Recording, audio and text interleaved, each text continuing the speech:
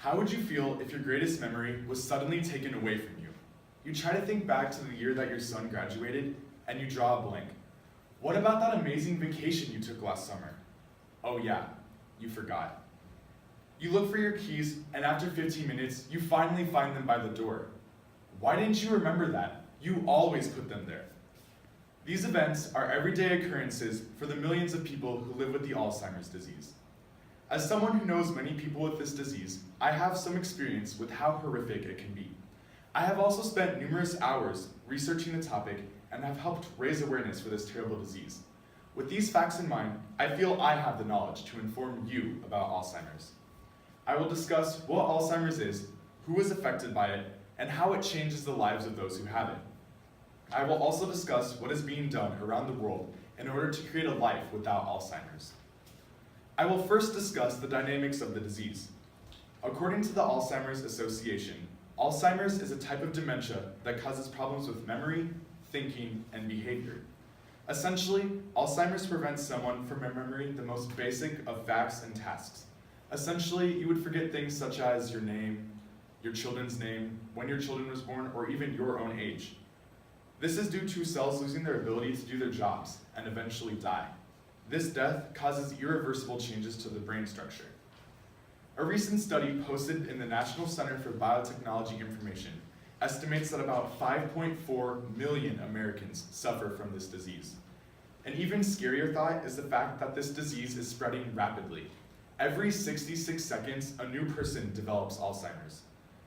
An even scarier thought among that is that Alzheimer's generally affects people over the age of 65. Of course, it can affect people who are younger, but when you think about it, that's really scary because chances are people above the age of 65 aren't able to take care of themselves by themselves. Now that you understand this disease, we can discuss how it affects the lives of those who have it. Not only does it affect the victims, but also loved ones and those who have to care for them. As I stated before, Alzheimer's causes many problems and of extreme memory loss. Jerry Taylor, a newly diagnosed victim, explains what the disease is like in a New York Times article. "The beginning is like purgatory," she said one day. "It's kind of a grace period. You're waiting for something you don't want to come. It's like a before hell purgatory." Obviously, this memory loss has a huge impact on a person's life. Think about how you would feel if one day you were told you would forget everything. The day you were married, the day your children were born, basically everything leading up to that point in your life would be gone forever. Lives of loved ones are also changed. Think about how you would feel if, let's say, your mom or your grandma or just anyone who was close to you was told they were going to forget everything. If they were going to forget everything about themselves.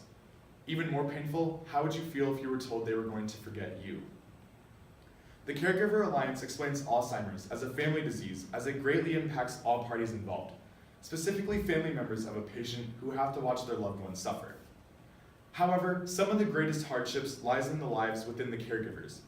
Many of their efforts go unnoticed, and they put in countless hours of work for little to no reward. An interview with Ritika sums up what it's like to be a caregiver.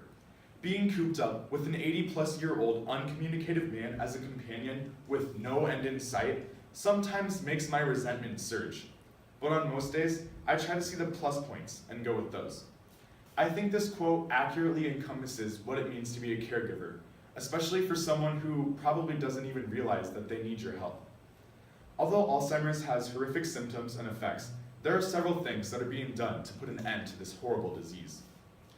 All across the world, scientists are working hard to find a cure for this disease. An article posted by Mark Reynolds earlier this week explains that a new genetic test is believed to be able to predict the risk of developing Alzheimer's decades in advance.